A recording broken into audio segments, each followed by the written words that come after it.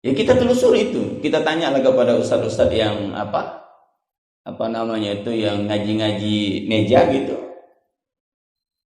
Belum mendapatkan jawaban. Justru jawaban itu kita dapatkan dari ustadz-ustadz kita di kampung. Bahkan kitab rujukannya ada.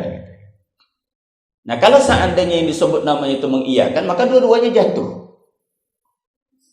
Karena dia jatuh, maka disyahadatkan balik. Ya betul-betul jatuh. Nah, makanya butuh itu tadi, menjaga itu. Supaya kita tidak sepele dengan akidah kita ini tadi. Nah, kemudian kalau dari segi akidah kita tahu tadi bahwa dikenakan syariat itu memang sudah tidak ada lagi dijalankan secara asli dan murni di Jazirah Arabia, sehingga akidah mereka pun juga melenceng sebagaimana sudah kita sebutkan. Begitu juga dengan syariat-syariat yang lainnya. Kalau fungsi syariat itu hizbun nafs, menjaga diri. Kita tahu praktek kehidupan sosial di masyarakat jahiliyah itu kalau yang namanya menyelesaikan perselisihan itu tidak ada istilah di atas meja. Berdarah-darah dulu baru selesai. Itu konsepnya seperti itu. Ada kadang-kadang salah pandang Jawa, perang. Mata kau, kenapa rupanya? Mata kau, gitu. Perang. Bahkan di masa Nabi Shallallahu Alaihi Wasallam sebelum diangkat menjadi Nabi di usia beliau 30 tahun, kita tahu bahwa terjadi peristiwa hampir saja kabilah-kabilah yang ada itu tadi mau berperang, udah siap angkat senjata, hanya sekedar untuk meletakkan Hajar Aswad di tempatnya semula. Ini membangun udah sepakat semua bangun. Bahkan ketika dibangun itu tadi, kesepakatan itu tadi sampai pada akhirnya tentang pembiayaan pun mereka sepakat. Bahwa pembiayaan yang mereka sepakati itu tadi tidak boleh diambil dari biaya yang tidak jelas. Anggarannya dari mana, kemudian duitnya dari mana. Bukan asal buka rekening, tampung semua duit siapapun untuk membangun rumah ibadah. Nah, orang-orang jahiliyah selektif, disaringnya betul. Mereka tidak membuka secara terbuka itu tadi, siapa yang mau bersedekah, siapa yang mau ikut membangun silakan. Akan tetapi ingat, jangan kalian berikan uang dari hasil yang haram. Itu nanti kita bicara tentang akhlak mereka. Itu salah satu akhlaknya itu ada di situ. Nah, kemudian setelah menjaga akidah, menjaga tubuh. Nah, menjaga nafsi ini artinya disitulah syariat mengharamkan kita untuk apa? Untuk menzolimi orang lain. Lihat bagaimana Nabi katakan, man salimal muslim min lisani wa yadi. Muslim itu adalah muslim ketika dia selamat dari tangan dan lisannya. Karena sumber daripada kejahatan itu adalah dari situ, tangan dan lisan. Kita kadang-kadang mendapatkan kezaliman dari lisan seseorang, kita mendapatkan kezaliman daripada tangan seseorang. Maka Nabi katakan, man salimal muslim min lisani wa yadi. Lisani dan wayadi, dari tangannya. Maka hati-hati dengan tangan dan lisan kita. Nah, sekarang ini memang ada kalimat yang tidak kita bahasakan, tapi bentuknya status, caption. Kan? Hati-hati dengan jemari-jemari itu. Jadi jemari kita hati-hati membuat caption, membuat status, update, kemudian share foto dan lain sebagainya. Nah, kalaulah memang setiap apapun yang kita lakukan, bahkan tatkala tombol jempol yang kita klik umpamanya di Facebook itu pun juga nanti akan diminta pertanggungjawaban oleh Allah Subhanahu wa taala. Jadi tak ada nanti yang apa namanya itu, yang terlewat. Detail kali. Nah, tak bisa disogok-sogok pula gitu kan. Nah, kemudian namanya hifzun nasbi, menjaga nasab. Maka dalam syariat kita ini kan jangankan untuk melakukan perzinahan, mendekati zina saja pun sudah haram. Mendekati zina saja sudah haram. La taqrabu zina. Jangan kau dekati zina. Nah, apa-apa saja mendekati pada perzinahan itu menjadi haram. Karena dalam kaidah ushul fikih seperti itu. Sesuatu yang menghantarkan kepada yang wajib, maka hukumnya menjadi wajib. Wudu itu menjadi wajib karena dia menghantarkan kepada yang wajib. La sholata liman lam yatawaddo. Tak sah salat seorang itu apabila tidak berwudu. Nah, seumpama kita nak mengambil barang di atas. Barang di atas itu tak dapat kita sampai itu apabila tak gunakan alat, sehingga keberadaan tangga menjadi wajib adanya. Nah, dalam kaidah seperti itu, jalan menuju kepada perzinahan itu pun juga haram. orang yang memfasilitasinya, kan gitu kena tuh nanti kan gitu ya. Macam minuman keras contohnya, siapa aja yang kena di situ? Banyak yang kono situ, yang membuatnya, yang membolinya, yang membiayainya, yang menyuruh memboli, yang meminumnya, banyak yang kena di situ. Jadi bukan hanya satu orang aja. Aku kan menjual aja, aku melihara anak yatim. Oh, melihara anak yatim dengan jualan tua, umpamanya.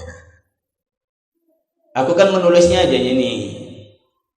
Macam mana? Ini kan cari nafkah kan wajib juga. Nah, itu salah.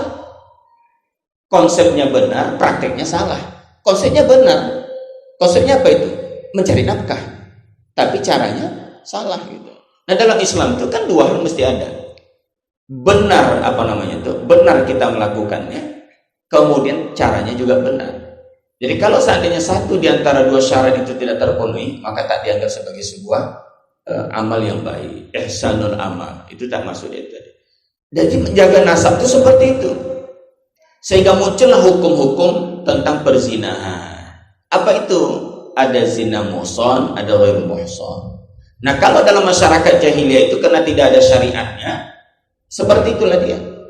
Sama siapa mau kita berikan nasab sang anak? Ini kan memutuskan nasab namanya itu. Campur baur nasab itu tadi. Sehingga dalam Islam itu diaturlah seorang wanita ketika dia sudah bercerai ada masa iddahnya. Ini jangan diprotes lagi. Ini kadang-kadang ada bu orang-orang wanita zaman now ini gitu protes. Kenapa pula wanita kalau udah diceraikan masih menunggu lagi dia baru bisa menikah lagi? Laki-laki itu bisa aja. Laki-laki itu alat reproduksinya itu di luar, wanita itu alat reproduksinya di dalam. Artinya ada jejak-jejak dan bekas-bekas janin yang boleh jadi nyangkut di rahim sang wanita, sang istri itu tadi. Maka ada masa tunggunya, ada masa iddah. Salah satu kuru 3 kali bersuci. Ternyata ketika diteliti secara ilmiah, semasa 3 bulan itu, maka jejak-jejak umpamanya seandainya adalah nyangkut bibit daripada sang suaminya itu tadi di rahim sang istri, itu hilang dia. Itulah berpastikan jadi atau tidaknya janin itu tadi menjadi zigot, menjadi apa semuanya itu dalam 3 bulan itulah. Maha benar Allah Subhanahu wa taala yang telah membenarkan itu. Maha benar Allah. Jadi uji klinis hari ini kan hanya sekedar pembuktian. Itu sekedar pembuktian. Nah, bagaimana kita mau menentukan itu? Apakah itu janin si A, janin si B, janin si C, atau janin siapapun di situ? Apabila bercampur semuanya itu, belum ada bersih lagi, dimasukkan yang lain. Pertama si A, masukkan janinnya ke rahim, ke kelamin daripada sang wanita. Besoknya si B, hari itu begitu dan sebagainya. Kapan dia mau bisa memastikan? Bagaimana dia mau memastikan bahwa ketika itu Allah takdirkanlah menjadi anak? Bagaimana dia mau memastikan bahwa itu anak si A? Sementara sudah bercampur di situ bibitnya. Ya macam kita nanam padi juga itu. Di bibit itu tadi campur-campur. Ada serang, ada C14, ada bibit-bibit yang lain. Ketika kita tabur, dia akan tumbuh sesuai dengan bibitnya. Dia tidak mau lagi apa itu. Nah sama juga seperti itu. Sehingga dalam Islam diatur ada masa iddah, ada masa tunggu. Wanita, ketika engkau sudah diceraikan oleh suamimu, ada masa iddah. Kalau iddah dia cerai hidup, salah satu kuru. Kemudian dia cerai mati, salah satu kuru plus tambah daripada 10 hari. Nah, bagaimana kalau dia meninggal itu tadi ditinggalkan oleh suaminya, umpamanya suaminya tadi mati di laut, ada masa galibnya, masa golibnya. Ada semuanya di dalam Islam diatur. Jadi tak ada istilahnya bagi kita ini hukum itu terputus, tak ada yang hilang. Semuanya lengkap. Makanya kenapa terjadi praktek sosial yang seperti itu? Dikarenakan syariat itu tidak ada lagi di situ. Membuktikan bahwa syariat yang dibawa oleh Nabi Allah Ibrahim alaihissalam, kemudian dilanjutkan oleh Nabi Ismail alaihissalam, itu sudah tak lagi dijalankan mereka secara murni. Sehingga muncullah praktek-praktek seperti itu tadi. 10 orang laki-laki menggoda 1 wanita. Kemudian ada seorang pelacur begitu juga. Ada nikah yang spontan. Ada nikahnya itu tadi istilah nikah itu istibda gitu ya. Itu nikah spontan. Apalagi hifzul mal, menjaga harta. Jadi syariat itu fungsinya adalah menjaga harta. Kita tidak boleh mengambil yang bukan hak kita. Karena di dalam kepemilikan itu diakui dalam Islam. Kepemilikan itu diakui oleh Islam. Kalau itu sudah milik si A, maka si B tidak boleh mengambilnya itu dengan cara-cara yang tidak baik. Nah, mudah-mudahan itu sebagai bentuknya. Inilah ibrah yang dapat kita tangkap. Betapa kacaunya kehidupan itu ketika kita tak diatur oleh syariat. Kacau. Disitulah butuhnya kita syariat itu. Nah, kekacauan itulah sebetulnya yang melahirkan kegundahan dari seorang pemuda yang kelak nanti akan diangkat sebagai seorang rasul. Kacau. Nasab tak jelas gitu ya. Sesembahannya itu pula juga menyembah sesuatu yang tidak bisa memberikan manfaat, tak bisa memberikan mudarat. Nah, seperti itu. Dari segi sosialnya seperti itu. Kalau dari segi ekonomi kita tahu bahwa Hijaz itu, Hijaz, Mekah dan Madinah itu sudah ramai sejak awal. Ya, tempat atau pusat perdagangan. Saking kan ramainya Hijaz itu, pada masa di Yaman ada seorang raja namanya Raja Abraha, menganut Nasrani. Ya, cemburu dengan keberadaan Ka'bah yang ada di Hijaz, Ka'bah yang ada di Mekah. Sehingga kecemburuan itu tadi sampai kepada puncaknya. Abraha pun mendirikan Ka'bah tandingan. Nah, nama Ka'bah itu namanya Ka'bah Yaman. Satu gereja yang dibangun dengan megah, mewah. Ya, artinya kalau dari segi bangunan, ya kalahlah kecantikan daripada Ka'bah. Cuma lagi persoalannya di situ bukan tentang bentuk bangunan atau bentuk fisiknya, tapi panggilan kejiwaan seseorang itu memang merasa terpanggil untuk mendatangi daripada Ka'bah. Terpanggil untuk datang. Dan itu kan doa Nabi Allah Ibrahim gitu kan. Ada yang datang berjalan kaki, ada yang datang nanti berlari, ada yang datang nanti dengan kendaraan. Nah, datang Abraha, cemburu dia. Saking kan cemburunya dinamakanlah dengan Ka'bah Yaman. Harapannya supaya orang-orang tidak berangkat ke Mekah. Ini sudah ada bangunan baru, lebih cantik, lebih megah. Kalian kunjungilah, seperti itulah. Karena motifnya adalah motif ekonomi. Nah, kalau sudah ada kerumunan, kalau sudah ada keramaian, pastilah itu akan terjadi interaksi. Maka terjadi perdagangan, hiduplah ekonomi, perputaran keuangan di situ begitu banyak. Ya, kalau istilah sekarang ini di mana ada pajak itu, pihak perbankan pasti akan nilai, oh ini bisa nih diletakkannya ATM di situ.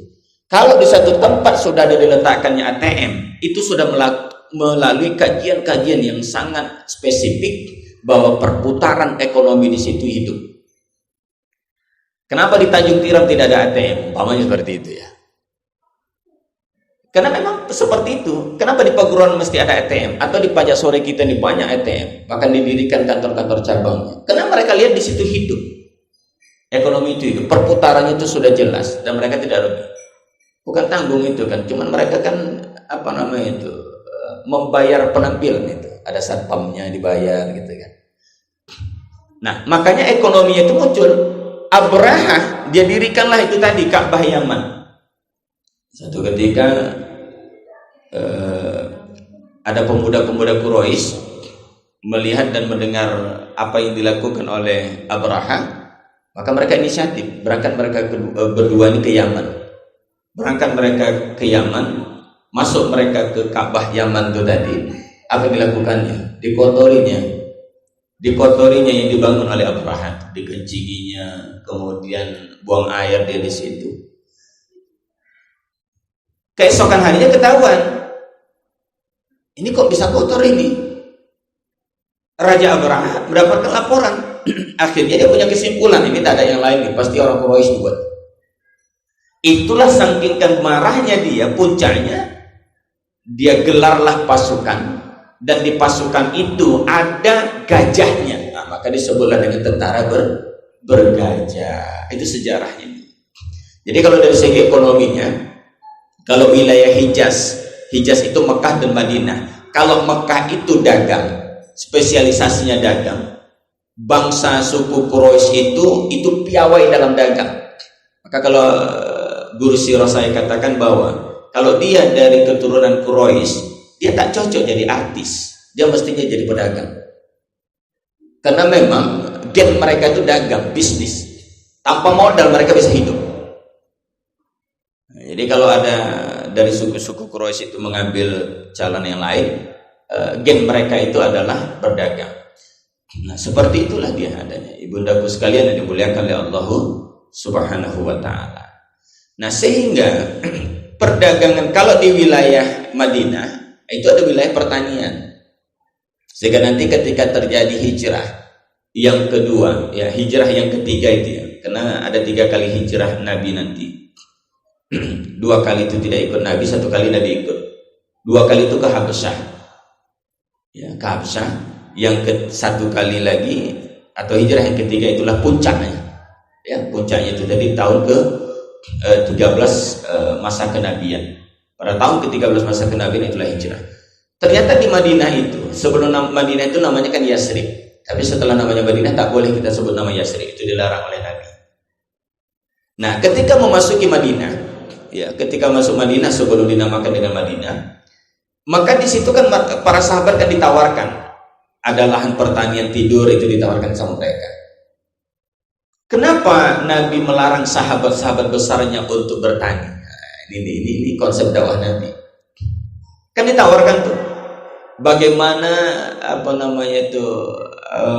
Abu Ayyub Al-Ansari menawarkan kepada Abdurrahman bin Auf, karena itu dipersaudarakan oleh Nabi. Bilal dipersaudarakan kepada orang Madinah. Kemudian sahabat yang dipersaudarakan. Nah, persahabatan mereka itu Masya Allah sangat luar biasa. Dipersaudarakan Nabi itu bukan dikarenakan mereka satu keturunan, mereka sukunya bukan suku yang sama. Karena orang Madinah itu banyak dari Yaman, dari suku Qahtan. Mereka beranjak satu keluarganya itu Aus dan Khazraj itu adik abang, menjadi satu suku Aus dan suku Khazraj. Tapi sepanjang sejarah perjalanan Yasrib, berperang aja ke jalan sebelum Islam datang. Para saudara kandung Aus dan Khazraj, gitu kan di Madinah. Nah, dipersaudarakan oleh Nabi. Mereka dipersaudarakan itu bukan dengan sukunya, bukan dengan bangsanya, tapi Nabi mempersaudarakan mereka dengan persaudaraan akidah yang sama. Ternyata persaudaraan akidah itu sangat luar biasa dibanding daripada persaudaraan kesukuan itu. Nepotisme kesukuan itu tidak ada pada diri Nabi. Maka persaudaraan ini tadi sampai-sampai orang-orang Ansor tak lagi menganggap sahabat Muhajirin ini sebagai orang lain. Udah macam saudara kandung lebih bahkan. Kalau mereka rumahnya ada 2, 1 dikasih sama sahabat Muhajirin. Kalau rumahnya 1, ada 2 kamar, 1 kamar diberikan kepada sahabat Muhajirin. Kalau umpamanya sahabat Muhajirin itu tadi tak memiliki pekerjaan, mereka kasih lahan untuk diolah. Kalau seandainya yang datang itu tadi belum lagi mendapatkan istri, ada umpamanya sahabat Ansor itu memiliki istri lebih daripada 1, diberikan kesempatan kepada sahabat Muhajirin. Wahai sahabatku, nengok ini istri-istri saya. Kata orang-orang Ansor, pilih di antara mereka, mana yang kau suka. Kalau seandainya sahabat Muhajirin katakan aku suka si Polan, maka sahabat Ansor tadi menceraikan istri itu tadi untuk diberikan kepada sahabat Muhajirin. Bukan tanggung persahabatan. Tak ada kita macam itu. Pantas dan wajar kalau Allah itu berikan kemenangan. Kalau sudah sampai situlah tingkat ukhuwah kita, maka di situ kemenangan. Sekarang kita kan tidak. Mana ukhuwah kita kan lemah kali. Ukhuwah kita lemah, makanya kita nggak menang-menang meskipun kita banyak. Jadi kemenangan itu bukan dari segi jumlah. Ukhuwah yang tinggi itu tadi, itulah nanti yang akan melahirkan turunnya Nasrullah itu. Pertolongan Allah itu. Pertolongan Allah tak akan lihat. Maka ukhuwah itu kita jaga dulu. Walaupun kita berbeda apapun, maka lihatlah persamaannya. Ini seakan kita ormas yang satu dengan ormas yang lain yang dimunculkan itu perbedaan. Akhirnya muncul pertikaian, perkelahian. Sehingga ketika umpamanya ada kelompok yang satu padahal sesama muslim merasa terzolimi umpamanya oleh kebijakan, maka kelompok yang lain menganggap mana pula itu bukan namanya kriminal gitu kan. Nah, artinya di antara kita sudah seperti itu. Maka pertolongan itu, ada orang bertanya, Ustaz, kenapa kita ini tak menang-menang? Kita sudah banyak, berkurang udah jutaan orang, kemudian seperti itu. Ukhuwah kita masih lemah. Allah tak akan menurunkan kemenangan itu ketika umat ini belum kuat daripada ukhuwahnya. Kalau sampai kita seperti Madinah itu, apa yang tak diberikan Allah? Ketika ukhuwah itu sudah besar. Jangankan Makkah, Eropa diberikan Allah. Eropa diberikan Allah. Takluk Eropa. Karena ukhuwah mereka sudah seperti itu. Nah, kita tidak. Ada harta kita simpan aja dulu. Kawan menangis sebelah umpamanya tak makan, senyap aja. Yang penting bukan anak aku. Macam mana ukhuwah kita? Nah, jadi seperti itu dia. Sikit lagi kita tutup dari segi akhlak. Kalau dari segi akhlak itu, kita tahu bahwa Nabi pernah katakan, wa ma bu'istu liutammima makarimal akhlak. Aku itu tak diutus kecuali untuk menyempurnakan akhlak. Artinya ada akhlak yang baik yang sudah dipraktekkan berkelindan di tengah-tengah masyarakat jahiliyah itu. Apa akhlak itu? Setia kawan. Wah, itu orang tuh sangat setia kawan itu. Maka lihat nanti ada juga fanatik kesuku apa namanya, kesetia kawanan mereka itu. Ada salah satu orang kafir, ya, dan dia pernah membantu Nabi ketika terjadi sebuah peperangan. Nabi berpesan, kalau kalian jumpa si fulan, tolong jangan kalian bunuh, kata Nabi. Nah, dapatlah dalam sebuah peperangan itu tadi tertawanlah dua orang. Yang satu disebutkan oleh Nabi, yang satu lagi sahabat yang disebutkan oleh Nabi. Akhirnya ketika ditawan, mereka para sahabat ini tadi, para sahabat memegang apa yang disampaikan pesan oleh Nabi. Maka ditanyakan, engkau dipesan oleh Nabi bahwa engkau tidak boleh dibunuh dan engkau akan kami tawan. Datang kata si Polan ini tadi yang disebut oleh Nabi, karena dia punya sahabat satu. Aku tak mau, aku saja. Sahabatku ini juga lah. Artinya kalau aku aja yang selamat, artinya kalau aku selamat, dia harus selamat. Kalau seandainya dia tak selamat, aku pun juga tak selamat. Nah, dikenakan keingkaran daripada orang yang disebutkan oleh Nabi ini tadi, bentuk daripada kesetia kawanan dia, meskipun dirinya selamat kalau seandainya dia akui saja itu, ya, dan dia tidak membawa kawannya itu tadi, maka dia akan selamat itu, tidak akan dibunuh. Akhirnya karena dia tadi membandel, akibat kesetia kawanannya itu tadi, meskipun mati bersama, itu kesetia kawanan mereka itu. Walaupun dalam kondisi genting sekalipun, ketika umpamanya sama-sama timbul, sama-sama tenggelam. Nah, ini baru setia kawan namanya. Bahkan seperti kampanye, timbul dan tenggelam bersama rakyat, gitu ya kan? Rakyat tenggelam, dia timbul sendirian, gitu. Itu namanya tidak setia kawan, gitu ya. Dia berada di tempat yang enak, rakyat di tempat penjara, gitu kan? Itu kan satu yang tidak timbul tenggelam bersama namanya, kan? Kan gitu benar kan? Nah, tapi kalau setia kawan itu contohnya seperti itu. Meskipun ada peluang dia selamat, tapi dikenakan dia masih punya teman, maka dia katakan, biar aku milih teman daripada aku selamat.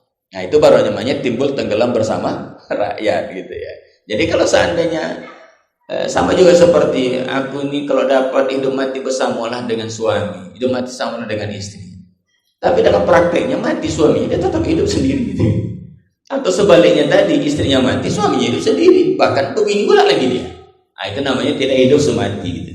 Artinya kalau hidup semati itu satu hidup, satu mati. Jadi tidaklah sama-sama hidup. Saya pikir seperti itu aja. Artinya kita akan lihat bagaimana kondisi kehidupan masyarakat Arab jahiliyah sebelum Islam itu datang.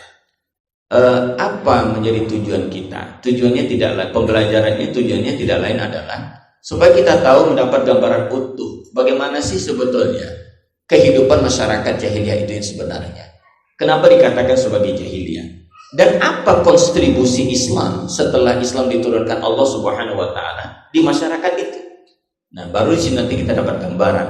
Ibaratkan warna, awalnya kita tampilkan warna hitam, kemudian ketika kita berbicara tentang Islam, maka kita bicara tentang warna putih. Islam telah memutihkan yang hitam-hitam sebagai memberikan cahaya daripada kegelapan zaman dan kegelapan daripada dunia ini. Semoga Allah Subhanahu wa taala meridhoi ikhtiar dakwah kita hari ini, dakwah kita yang lalu, dan insya Allah dakwah kita seterusnya. Kalau ada yang bertanya, mungkin kita akan buka sesi tanya jawab. Kalau ada pun 2 pertanyaan, kita batasi maksimal 2 aja. Sebab ini juga sudah mulai beraktivitas kita nih, walaupun tidak bertatap muka dengan anak-anak, tapi masih ada kewajiban-kewajiban yang kita lakukan. Demikian saja yang dapat saya sampaikan. Nasrul minallah wa fathun qarib wa basyiril mu'minin. Billahi taufiq wal hidayah. Wassalamualaikum warahmatullahi wabarakatuh.